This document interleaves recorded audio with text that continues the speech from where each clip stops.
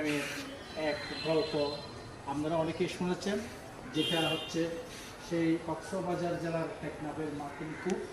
এই মাতিন কূপের গল্পটা আমরা ছোটোবেলা থেকে অনেকেই শুনেছি, পড়েছি বইয়ের মধ্যে।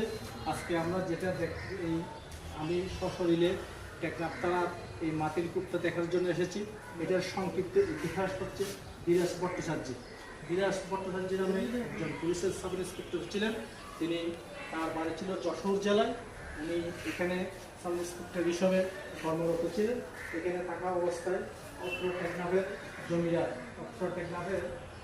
জমিদার মাতিনের সাথে তার এই মাতিন কূপে দেখা হয়। অর্থাৎ পুরো টেকনাফ এলাকায় তখন পানির ব্যবস্থা ছিল একমাত্র এই কূপটাই। আমরা যেটা দেখছেন এই কূপটাই ছিল পানির জন্য।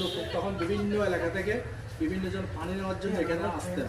এখানে আসতে গিয়ে মাতিনের সাথে পুলিশের সাব ইন্সপেক্টর ধীরেশ ভট্টাচার্যের পরিচয় হয়, দেখা হয়। এক পর্যায়ে তাদের দেখার মধ্যে প্রেমের সম্পর্ক হয়। প্রেমের সম্পর্কের এক পর্যায়ে হঠাৎ করে ওনার দিদা অসুস্থ অবস্থায় একখানা সংবাদ আসে। তখন সেই যে ছুটিতে চলে যায় আর ফিরে আসে না। তো না আসার পরবর্তীতে মাতিন সুখে দুঃখে তাকে হারানোর বেদনায় এক পর্যায়ে এই কূপে এসে আত্মহত্যা করে। এরপর থেকে এটা এক শাশ্বত প্রেমের গল্প হিসেবে রয়ে গেছে। পরবর্তীতে জানা যায় যে ধীরাজ ভট্টাচার্য কলকাতা থেকে আর আসে, কলকাতা সে বিভিন্ন অনেক ছবিতে সে অভিনয় করেছে। সেই সর্বশেষ ধীরাজ ভট্টাচার্যের 1952 সালে তার সতীলক্ষ্মী ছবি মুক্তি পায়।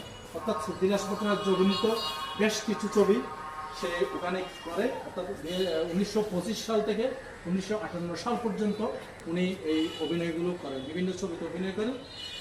ধীরাজ ভট্টাচার্য যখন টেকনাফে চাকরি করতেন তখন সালটা 1923-1924 সাল।